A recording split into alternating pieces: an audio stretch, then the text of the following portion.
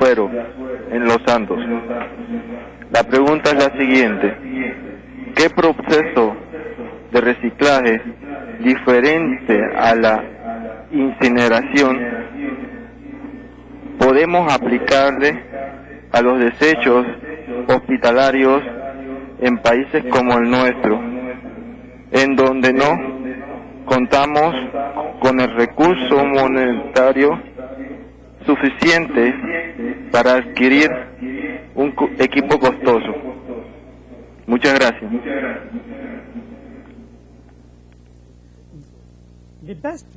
La mejor forma, como saben ustedes y yo también, lo mejor que se ha utilizado en la mayor parte de los hospitales es la nuclearización térmica, es decir, que bajo alta presión, si se puede utilizar el vapor, entonces vamos a matar las bacterias y vamos a desarmar las partículas de virus a medida que éstas se forman. Y este es un paso que se recomienda mucho, y luego si eso no funciona, entonces optamos por la incineración. Pero en el caso de tejidos, por ejemplo, también podemos hacer la destrucción térmica primero antes de enterrar estos desechos en la tierra, y de esta manera podremos deshacernos de ello. Y la otra forma es utilizar otros productos químicos en casos especialmente como casos de bacterias sumamente peligrosas como la del tétano y botulismo. Primero hay que destruirlas, porque no podemos completamente confiar en la incineración, porque sí hay la posibilidad de que estas bacterias se escapen al medio ambiente y contaminen. Así que su pregunta es sumamente importante, y creo que lo mejor que podríamos hacer ahí es utilizar nuclearización térmica. Now we have another question. Tenemos ahora una pregunta de la Comisión Federal de Electricidad de México. Buenos días. ¿En qué proporción de responsabilidad le corresponde a las diferentes instancias de la sociedad, como son el gobierno, la iniciativa privada y el seno familiar, la salvaguarda del medio ambiente? Gracias.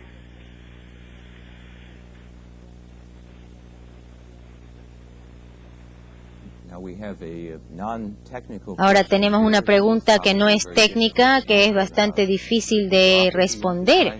¿Quisiera usted responder, señor Upper?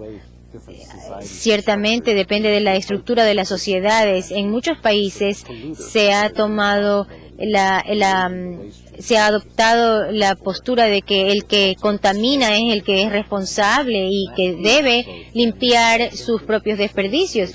Esto incluye los hogares, porque los hogares también ocasionan desechos y desperdicios, las escuelas y las universidades también, las industrias y también el gobierno. Si uno se enfoca para controlar y desechar los desperdicios y la basura adecuadamente, entonces este parece ser un enfoque bastante económico y eficiente para manejar bien los desechos. Creo que el gobierno puede poner tantos reglamentos como quiera, pero si nosotros nos concientizamos de la basura que generamos nosotros mismos, yo diría que nosotros tenemos que empezar a nivel personal, individual, en el hogar. Si empezamos a controlar nuestro propio desperdicio, automáticamente los negocios, las empresas lo podrán hacer, y entonces las reglas del gobierno funcionarán. Pero a pesar de todas las reglas, yo creo que debemos empezar por la casa. Muy bien, así que todos tenemos responsabilidades, sí. Ahora tenemos una pregunta de la organización Rainbird de Tijuana, California, Baja California. Por favor, adelante la pregunta. Buenos días. Son dos preguntas. La primera, ¿qué pasaría de no llevarse a cabo un reciclamiento apropiado a nivel mundial, o si tiene un tipo de proyecciones? Y la segunda es, ¿de qué forma podemos motivar y concientizar a la gente, y sobre todo a los países subdesarrollados, para reciclar?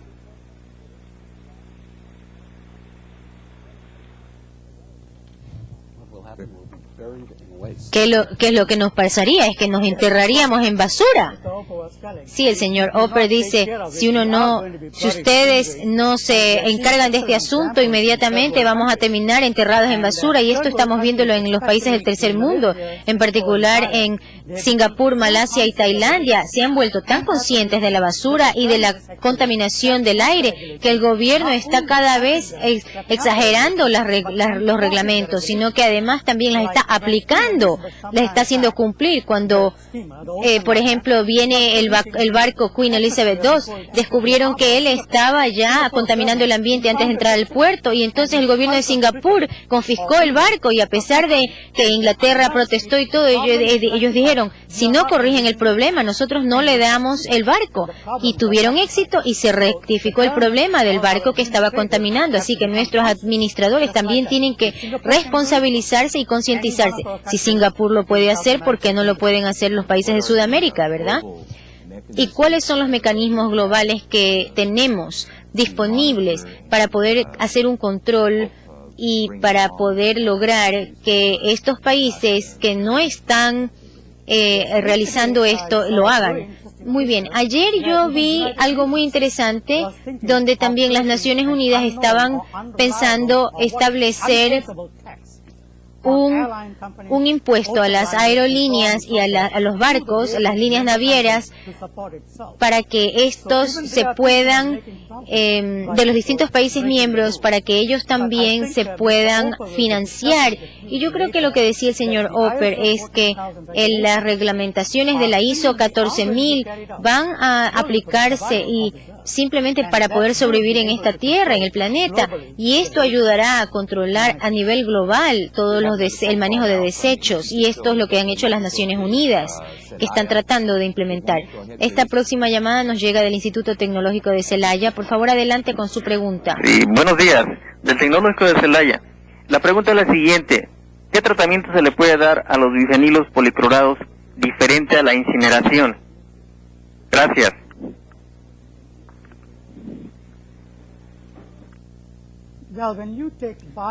Cuando ustedes toman los biofenilos, especialmente los policlorinados, lo importante es el compuesto fenólico.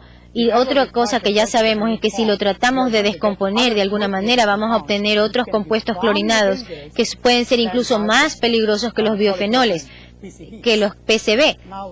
Ahora bien, estamos pensando seriamente en utilizar los PCB y sintetizarlos con otros químicos orgánicos para que no se descomponen con tanta facilidad, especialmente en las industrias eléctricas. Se está estudiando este procedimiento.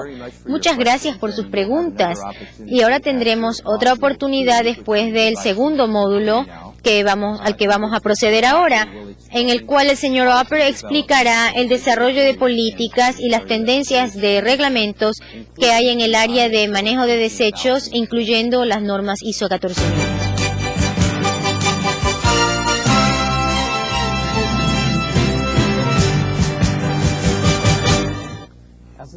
Como abogado especialista en medio ambiente, me gustaría hablarles de las reglas y disposiciones que regulan la disposición de desechos en todo el mundo.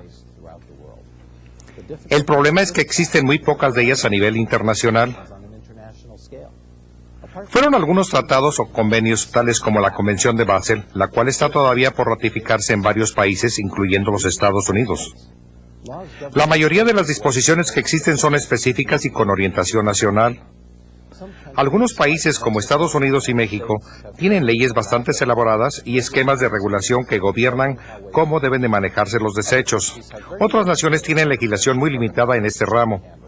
Francamente, son pocos los acuerdos internacionales que de manera consistente regulan las actividades de la industria y el comercio en cuanto a sus desechos a nivel mundial. Todo esto quiere decir que debemos de promover el establecimiento de políticas de manejo y control de desechos como obligación voluntaria y solidaria a nivel de empresas e instituciones, y no como una respuesta a alguna ley nacional o internacional. La disposición de desechos es complicada y costosa en muchos casos, pero más es el impacto que éste puede tener en el medio ambiente. El principal impacto ambiental lo genera hoy en día los desechos nocivos de nuestra actividad humana a nivel personal, profesional y organizacional. Cuando una empresa se enfoca con tenacidad a la reducción de sus emisiones residuales, casi siempre logra grandes ahorros en costos, ciertamente mayor competitividad.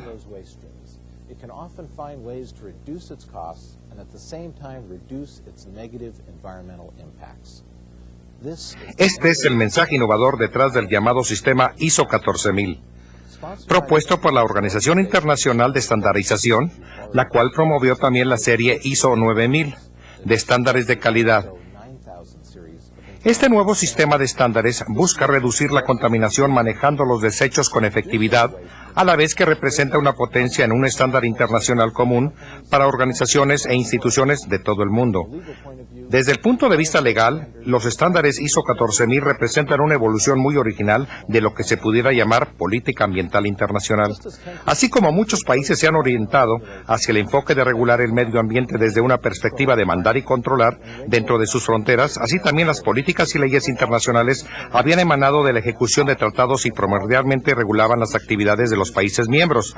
Cuando hablamos de estas políticas y leyes, usualmente incluimos tratados tales como la Convención de Basel, que reglamentan la disposición de desechos peligrosos en diferentes partes del mundo, y la cual requiere que los países signatarios instituyan leyes que gobiernen las actividades de empresas, organizaciones y habitantes dentro de sus fronteras. En el enfoque ISO es fundamentalmente diferente. En el lugar de un enfoque de mandar y controlar, este nuevo sistema representa un conjunto de estándares voluntarios basados en la percepción que tienen las empresas e instituciones miembros y no países miembros respecto a su conveniencia e interés económico de adoptar dichos estándares. En esencia, este programa se apoya en las fuerzas del mercado para su implementación y no en el mandato de ningún gobierno. Como en el caso ISO 9000, ya presentado a ustedes en una videoconferencia anterior, ISO 14000 se enfoca hacia el proceso por el medio del cual el manejo de calidad o el manejo del sistema ambiental se está implementando y no se enfoca a ninguna industria o tecnología en particular. Ambos estándares son voluntarios y tendrán cada vez mayor éxito por la percepción que tienen sus usuarios de cumplir con ellos. Representa una clara ventaja competitiva para sus negocios y no son simplemente un conjunto de demandas que deben de cumplirse. En esta presentación repasaremos la esencia de lo que es la serie ISO 14000 y comentaremos algunos de los aspectos controversiales que se les ha atribuido.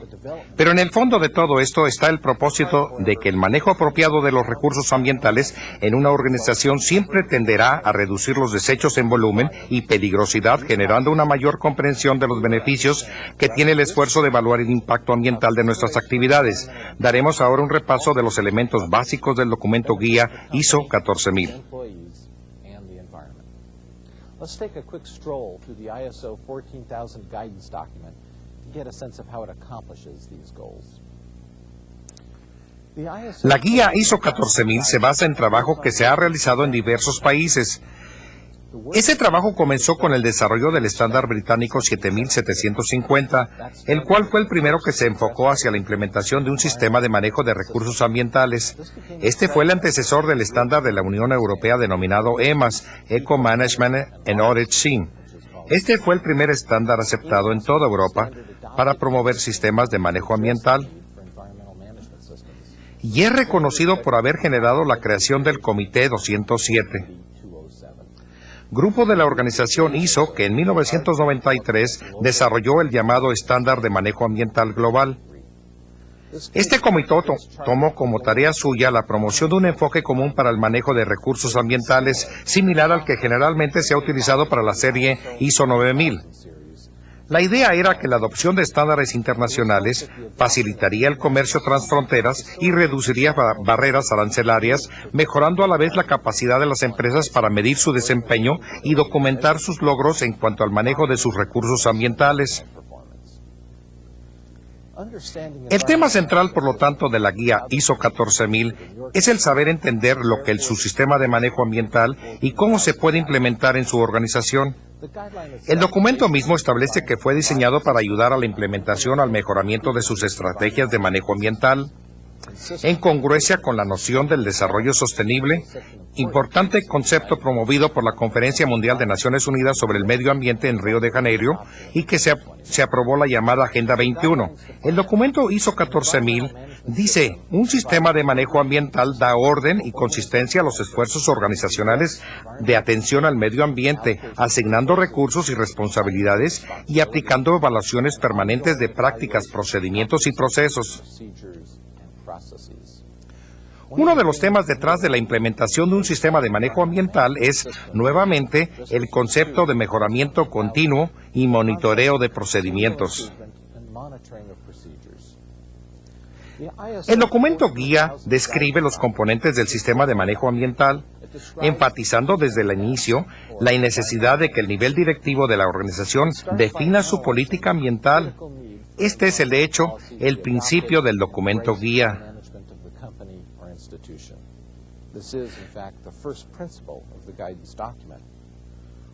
Las organizaciones deben siempre definir las políticas generales sobre sus recursos ambientales enfocando aspectos de obvio beneficio. Por ejemplo, el cumplimiento de las leyes o reglamentos o el fomento de uso eficiente de materiales y residuos de operación. Es esencial asegurar este respaldo y compromiso de niveles ejecutivos. Si estos no están comprometidos, nada tendrá éxito. Para poder evaluar si la política ambiental es adecuada, se deberá llevar a cabo una evaluación ambiental inicial. La organización debe hacerse una autoevaluación para determinar qué impactos ambientales genera, los perjuicios asociados con estos pactos, su capacidad para cumplir con las leyes del país, así como las políticas y procedimientos relacionados con las adquisiciones y contrataciones. Estos pasos pueden llevar al desarrollo de una política que establezca un sentido global de dirección para la organización. La política debe de establecer metas contra las cuales se puedan juzgar acciones posteriores. Ustedes deben primero preguntarse si su organización tiene una política ambiental definida. Si la tiene, ¿refleja estos valores y principios de trabajo de su organización? ¿Ha sido esta política aprobada por el Consejo Directivo y promovida por el personal de la organización cuya tarea es asegurar que se cumpla? ¿Apoya esta política el concepto de mejoramiento continuo en cuanto a sus desechos? Estas son algunas de las preguntas que hay que contestar al desarrollar un sistema de manejo ambiental desde sus cimientos. Una vez que se tiene un plan para implementar una política ambiental, la organización debe de redactar un instructivo de cómo lo pondrá en práctica. Todos los aspectos de la actividad del trabajo en una empresa se deben de examinar con cuidado para determinar qué tipos de impactos ambientales se generan. El documento guía nos da una estrategia lógica para realizar esto. Primero, se selecciona qué actividad de la organización se va a examinar. Por cierto, el documento ISO 14000 ofrece un ejemplo de cómo evaluar impactos ambientales desde la fase de diseño del producto de una empresa de manufactura. Segundo, se identifica si esa fase de la actividad de la empresa genera algún impacto ambiental. Un poco de reflexión nos convencerá que aspectos tales como los problemas del empaque del producto, de las materias primas utilizadas y la energía consumida en la manufactura son todos impactos ambientales claves que se relacionan con el diseño original de un producto.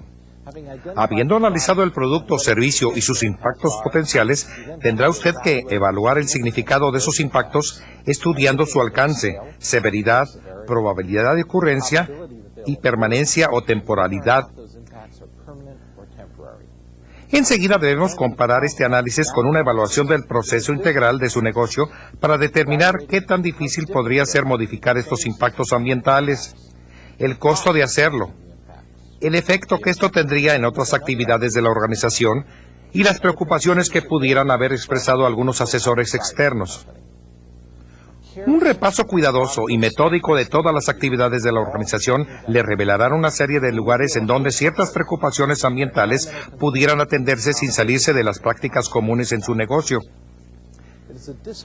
Es esta disciplina de ir revisando todas y cada una de las actividades de la organización, identificando las preocupaciones ambientales, lo que el sistema ISO 14000 exige a sus miembros. Este análisis lo lleva al desarrollo de un plan ambiental que atenderá cualquier preocupación dentro de la organización. La guía ISO 14000 no le da ese plan, sino solo la metodología y los procedimientos para que usted construya su plan por sí mismo. El siguiente paso crítico es el procedimiento ISO, implica la implementación del plan. Este puede tener un impacto muy diferente en organizaciones grandes, medianas y pequeñas. El principio ISO establece que los planes deben de ser adecuados a cada organización y pueden ser implementados en etapas o fases a medida que evoluciona el nivel de conciencia del personal respecto a los requerimientos, expectativas y beneficios de este tipo de esfuerzo. El proceso ISO obliga a las organizaciones a determinar qué tipo de recursos se necesitan para implementar el plan y para hacer las proyecciones de necesidades financieras, técnicas o humanas para realizar el trabajo. Esta es quizás la columna vertebral del proceso ISO. Se presta fácilmente a su aplicación en un ambiente multicultural en razón de la flexibilidad inherente al procedimiento. En lugar de exigir que un cierto plan específico predeterminado se implemente uno u otro sector industrial o de servicios, el proceso ISO lleva a cada empresa al desarrollo de su propio plan específico adecuado a su sector de actividad o a su país y a su cultura. Inclusive, la estrategia de implementación de un mismo plan pudiera ser muy diferente de un país a otro. La flexibilidad intrínseca al proceso ISO hace que la implementación de un plan se realice conforme a las peculiaridades del personal y ambiente de trabajo de cada organización. La implementación exitosa de un sistema de manejo ambiental o SSMA requiere reflexionar con cuidado de cómo el plan se comunicará a los trabajadores. ¿Se deberá reunir a todos en un auditorio para que el director general les hable? ¿O se deberán reunir grupos de trabajo informales a diferentes niveles para lograr una comprensión más efectiva de los conceptos? Los materiales escritos que se produzcan deben de ser distintos para distintas culturas. ¿Qué tantas ilustraciones y diagramas deben estos de incluir? ¿Deben estos materiales incluir referencias a otras políticas corporativas? Las respuestas a estas preguntas deben de manejarse caso por caso, pensando siempre en manejar la mejor comunicación con sus empleados, clientes y público en general. El siguiente paso clave ISO es la medición y evaluación de éxitos y errores. La organización debe encontrar un método para cuantificar los impactos que tendrá la adopción de un sistema de manejo ambiental en sus procesos de trabajo en conjunto. Estos impactos deben de ser medidos y monitoreados para que la organización pueda aprender sobre qué políticas son exitosas y qué actividades requieren acción correctiva y mejoramiento. ISO naturalmente requiere que se establezcan ciertos procedimientos para asegurar que los datos sean confiables, tales como la calibración periódica de instrumentos, la prueba de equipos, así como el muestreo de software y hardware. Es esencial que los indicadores de desempeño ambiental sean monitoreados continuamente y estos deben de ser efectivos, verificables, reproducibles y, lo que es más importante, deben de ser relevantes a la actividad particulares de la organización, consistentes con su política ambiental y tecnológicamente factibles.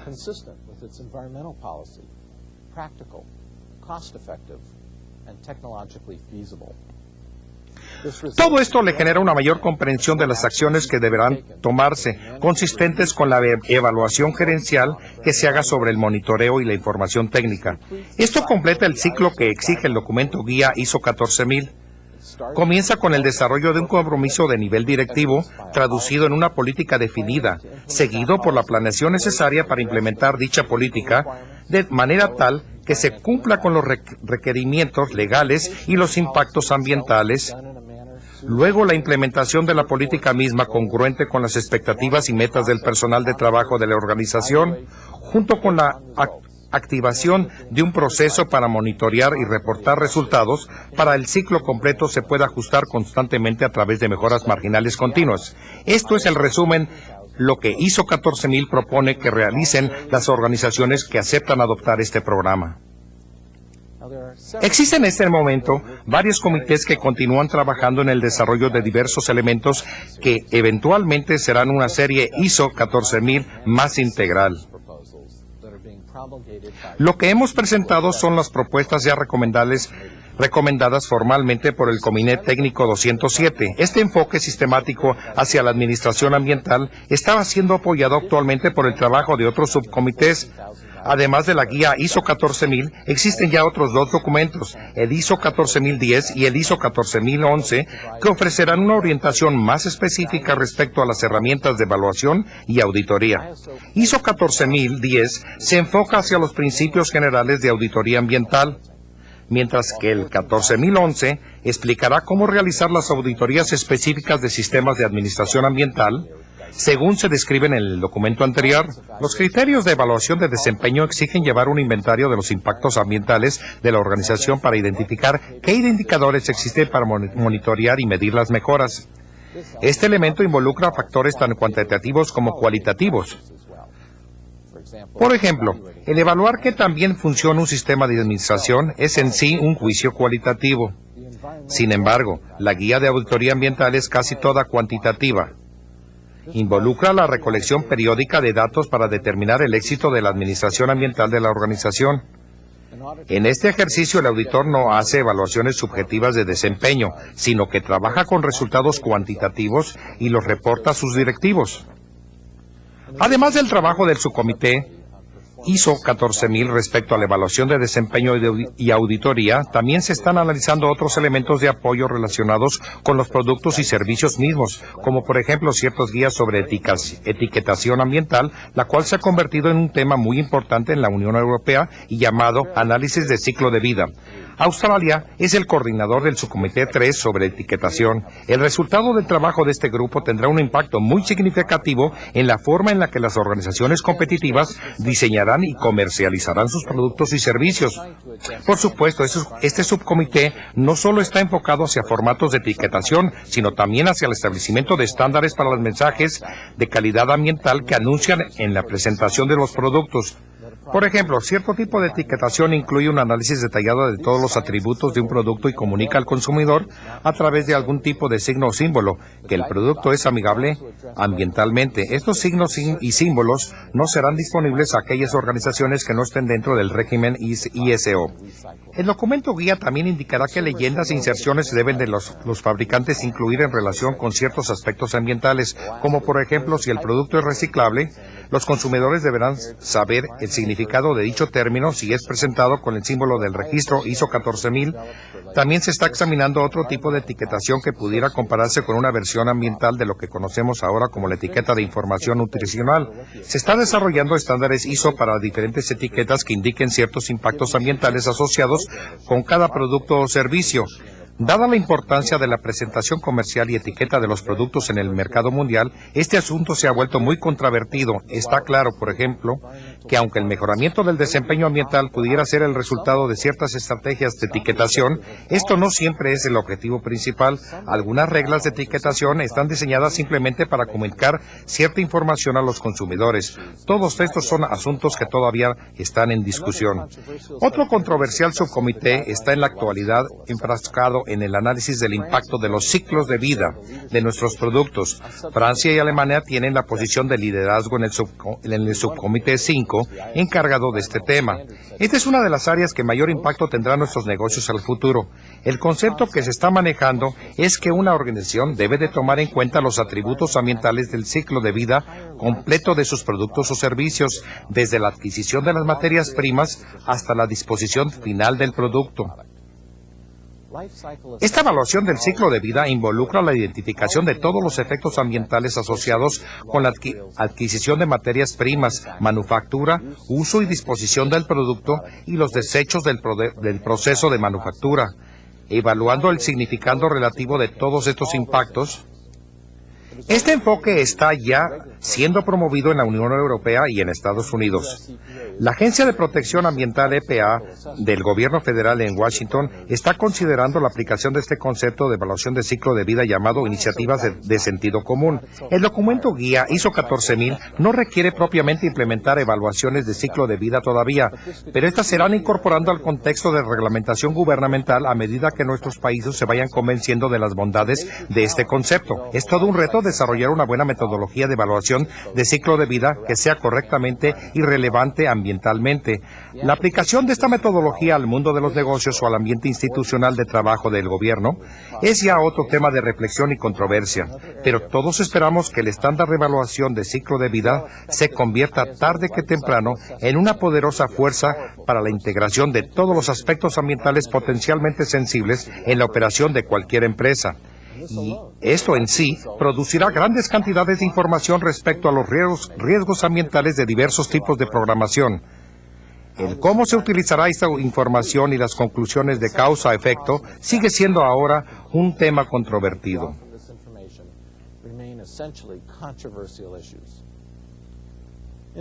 Además, existe otro subcomité coordinado por Noruega, que está estudiando el tema de términos y definiciones, buscando promover un mejor y más ágil entendimiento común de los estándares técnicos y conceptos ambientales. Este trabajo era necesario para promover que los otros subcomités tuvieran un vocabulario coherente que asegure que los términos utilizados en un documento sean consistentes con la forma que el mismo término se utilice en otros documentos técnicos. Este importante trabajo, que refleja también el concepto multinacional del esfuerzo ISO, parece que ha avanzado con relativamente poca controversia. En general, es ya claro que en la medida en que se adopten procedimientos comerciales uniformes a nivel mundial, reduciendo barreras al comercio, deberá formarse el concepto de estandarización, y a medida que evolucione la integración de las consideraciones ambientales en las prácticas normales de nuestros negocios, todos esperamos que el resultado sea una mayor prevención de la contaminación y que se manejarán menos desechos y se dispondrán con mayor efectividad, particularmente los de tipo tóxico, con mayor planeación y mejores procedimientos de trabajo. Hay una ventaja en este enfoque de tipo integral a nivel de empresa, en el sentido de que los estándares ISO 14000 están destinados a ser el siguiente requisito de esta década para realizar negocios a nivel global. Se espera que con las nuevas estrategias de reducción de desechos y de uso más eficiente de materias primas, la rentabilidad de las organizaciones que adopten este enfoque se incrementará. Ciertamente debe de ayudar al ánimo de una empresa la distinción de estar comprometida con la supervivencia a largo plazo de nuestro querido planeta Tierra. Pero seguramente también obtendrán ventajas comerciales y competitivas al generar la imagen externa a su empresa o institución por el compromiso a estos principios, y las guías de etiquetación le pueden orientar hacia ciertos mensajes para atraer nuevos segmentos de mercado para sus productos o servicios solo por su solidaridad con los principios ambientales. ¿Existen algunos peligros que nuestras organizaciones deben de saber respecto a la serie ISO 14000? Absolutamente ninguno. Primero, debemos de tomar en cuenta que la fuerza motriz detrás de ISO 14000 es la preocupación emanada del comercio a escala global. ¿Están los países europeos coordinadores de varios subcomités ISO 14000 realmente interesados en todos los trabajos y sus resultados internacionalmente? Por supuesto que sí. Inclusive algunas delegaciones en estos grupos de trabajo han expresado su interés de crear ventajas competitivas para ellos a través de su participación en estos grupos. Así como en el caso de la adopción de los estándares ISO 9000, la introducción y su uso creciente en Europa de ISO 14000 fue percibida por muchos países como fuera de esa región como una barrera comercial que tendía a prohibirles la entrada a sus productos a esos mercados. Esta percepción hizo, en el caso ISO 9000, que muchos de estos países aceptaran el reto de frente, adoptando esos estándares de calidad en sus propios procedimientos de trabajo. Existe cierta preocupación de que la complejidad y severidad de algunos estándares ISO 14000 harán más difícil el cumplimiento por parte de empresas localizadas en países donde todavía están batallando con su nivel de competitividad. A medida que el registro ISO se convierte en un requisito de negocios internacionales, se crea una clara desventaja para las empresas localizadas en países que todavía no han podido incorporar de manera generalizada el concepto de sistemas de manejo ambiental. Existen algunas opiniones en los comités técnicos en el sentido de que deben de permitir flexibilidad en el caso de ciertas empresas pequeñas, pero existe también la preocupación de que estos sistemas, con excepciones, se puedan hacerse muy complicados.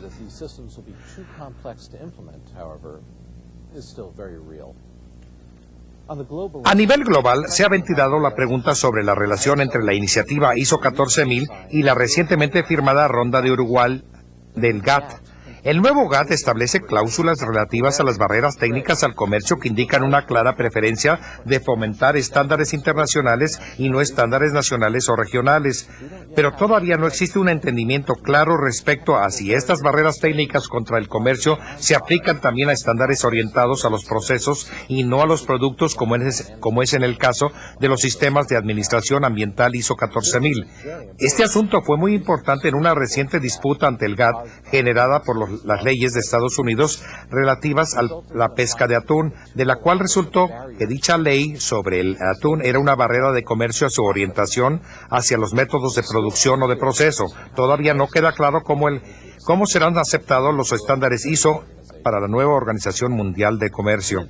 Además de las preocupaciones respecto a si el ISO 14000 realmente reducirá barreras comerciales en la práctica o no, también existe discusión respecto a si estos estándares puedan reducir la brecha entre los países industrializados y los países en desarrollo, así como las preocupaciones si las organizaciones pequeñas puedan implementar este programa con el mismo grado de flexibilidad que una empresa e institución grande.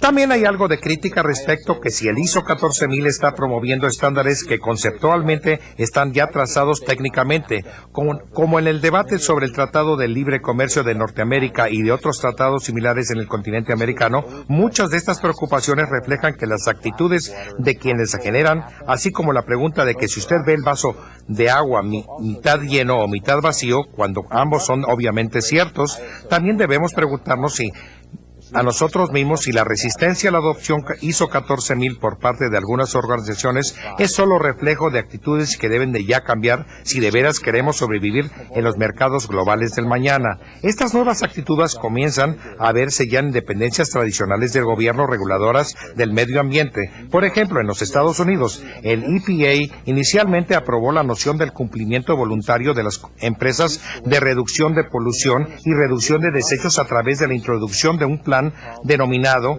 3050, anunciado por el entonces administrador William Raleigh.